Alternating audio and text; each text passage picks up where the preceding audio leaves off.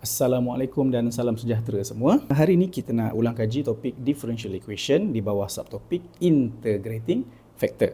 Okay, first things first. Bila kita nak solve persamaan differential equation ni menggunakan kaedah integrating factor, kita kena hafal ataupun kita kena kenal dulu apakah dia punya standard equation. So, the standard equation for integrating factor adalah dy over dx plus Pxy equals to Qx.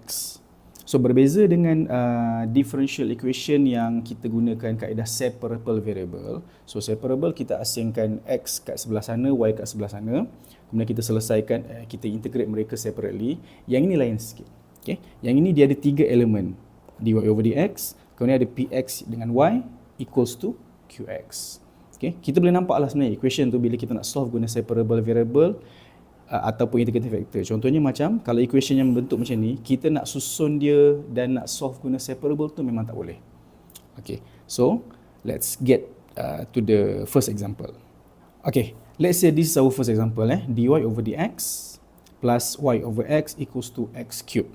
Kalau kita compare dengan standard equation iaitu dy over dx tambah pxy equals to qx, nampak macam dah kan? Okay, dah memenuhi kan? Tapi kalau kita nak bagi cantik lagi, kita susun macam ni lah. So kita ada dy over dx tambah 1 over x y equals to x cube. Okay, bila kita dah susun macam ni, baru kita nampak dengan jelas lah yang mana px dengan yang mana qx. So we have here px and we have here qx. So itu adalah step yang pertama, iaitu memastikan equation kita tu memenuhi bentuk standard equation. Seterusnya bila kita dah identify yang mana px dengan yang mana qx, apa kita nak kena buat? So if adalah sama dengan, okay, ini step seterusnya, kena sambung. So if adalah sama dengan eksponen dengan dia punya power dia tu adalah the integration of px dan integrate terhadap x. So lepas tu bila kita ganti masuk px ni, kita akan dapat eksponen the integration of 1 over x terhadap x. So integrate 1 over x dapat apa? Dapat ln x. So kita akan dapat dekat sini e ln x. So seperti yang anda juga tahu, iaitu kalau kita ada eksponen dengan ln yang bertemu directly macam ni, so dia boleh cancel out dan x ni boleh bawa turun ke bawah. Maka akhirnya if kita sebenarnya adalah x. So lepas dah dapat x ni, nak buat apa? X ni akan didarab masuk ke dalam the whole equation ni. Okay, so mana dia akan berada di sini, dia akan berada di sini dan dia akan berada di sini. So kalau kita tulis semula, kita akan dapat, maka x dy over dx tambah x 1 over x y equals to x darab x cube. X dy dx ni kekal. Kemudian yang ini x 1 over x darab y ni kita boleh cancel out x dengan x kat sini, dan x dengan x cube ni boleh didarab masuk. So saya tulis semula teruslah. Maka sini akan jadi apa? Sini akan jadi y sahaja. Dan sebelah sana akan jadi apa? X kuasa 4. Saya tulis lawa-lawa sikit. Rapat. Okey. So tengok daripada equation ni disusun menjadi standard begini. Lepas tu bila kita apply if, akhirnya dia jadi macam ini. Okey, so kita bawa ni ke page sebelah untuk kita selesaikan dengan step yang seterusnya. Okey, so sekarang dalam case integrating factor, belah kiri ni yang left hand side ni kita akan tulis balik dalam bentuk yang lebih ringkas. Okey, tapi macam mana? So sebenarnya ini adalah hasil darab product rule daripada implicit differentiation. Okay, saya tunjuk macam mana. Bila kita nak differentiate something menggunakan kaedah implicit, maknanya dalam persamaan tu ada both x and y. Okay, so saya tunjuklah satu contoh ringkas. So katakanlah kita kena differentiate persamaan x, y secara implicit. So ni adalah product rule. So bila kita differentiate guna product rule, satu kekal, satu differentiate, plus kita tukar. Yang tadi kekal akan differentiate, yang tadi differentiate akan kekal pula.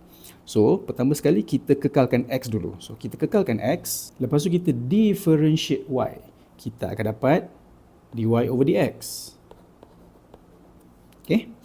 Kemudian, plus, kita kekalkan Y pula. Okay. Dan kita differentiate X, kita dapat 1. So, ringkasnya kat sini kita akan dapat X dy over dx tambah Y. Okay, so ingat lagi tak implicit? Macam ni kaedah dia. Okay, sekarang ni, kalau korang tengok, daripada sini, bila kita differentiate, dapat ini. Nampak familiar tak? Yes, exactly. Ini adalah ni sebenarnya. Okay, benda yang sama. X dy dx plus Y adalah juga benda ni. Which means what? Bermaksud, persamaan ini, ataupun yang inilah sebenarnya, boleh ditulis dalam bentuk ini. Okay, so saya bawa ni ke bawah. So sekarang, belah kiri persamaan ni sebenarnya boleh ditulis sebagai d over dx xy equals to x kuasa 4. Macam mana pula kalau kita tak ingat implisit ni macam mana? Kalau korang tak ingat implisit pun tak ada masalah. So trik dia begini saya padam ni, saya tunjuk balik. So trik dia adalah tulis balik d over dx. So kita ada d over dx, lepas tu kurungan macam ni. Pertama sekali yang ada adalah y. So kita tuliskan y. Lepas tu whatever yang ada dekat sini, yang ada depan dy dx ni, kita letakkan dekat situ. So dapatlah ni. Okay? Macam tu je. Tak payah buat apa implisit ni.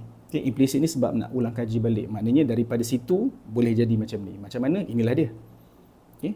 Tapi korang tak perlu tunjuk pun benda ni. Yang korang perlu tunjuk adalah tulis balik d over dx. Lepas tu y kat sini. And then x kat sini. Okay, so saya buat macam ni lah, saya highlight bagi korang nampak So d over dx kat sini adalah sini.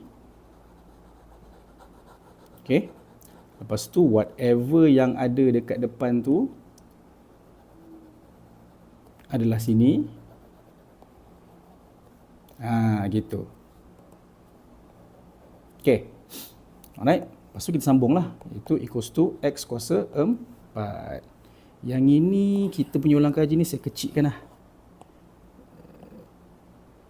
Okay. So, dia duduk ke sini lah. Okay. Alright. Lepas tu nak buat macam mana ni? Sekarang ni, ini adalah differentiate over x. Kita akan bawa dia ke seberang sana.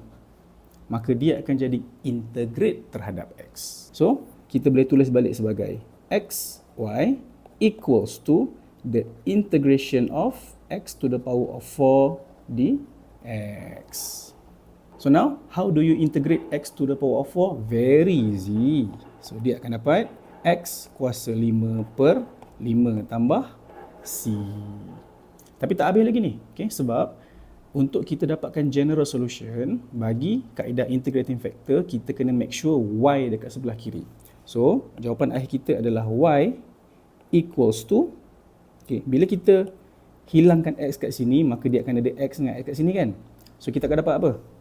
Kita akan dapat x kuasa 4 per 5 tambah c per x. Ataupun tak nak pening kepala lah. Okay, tak nak pening kepala macam ni lah. Kita ada x, bawa ke sana jadi 1 per x kan. So kita tulislah 1 per x. Lepas tu kurungan, apa benda yang ada kat atas tu kita salin balik aja. So kita ada x kuasa 5 per 5 tambah c. Dah siap. Okay, senang. Kan? Alright. So itulah dia example yang pertama.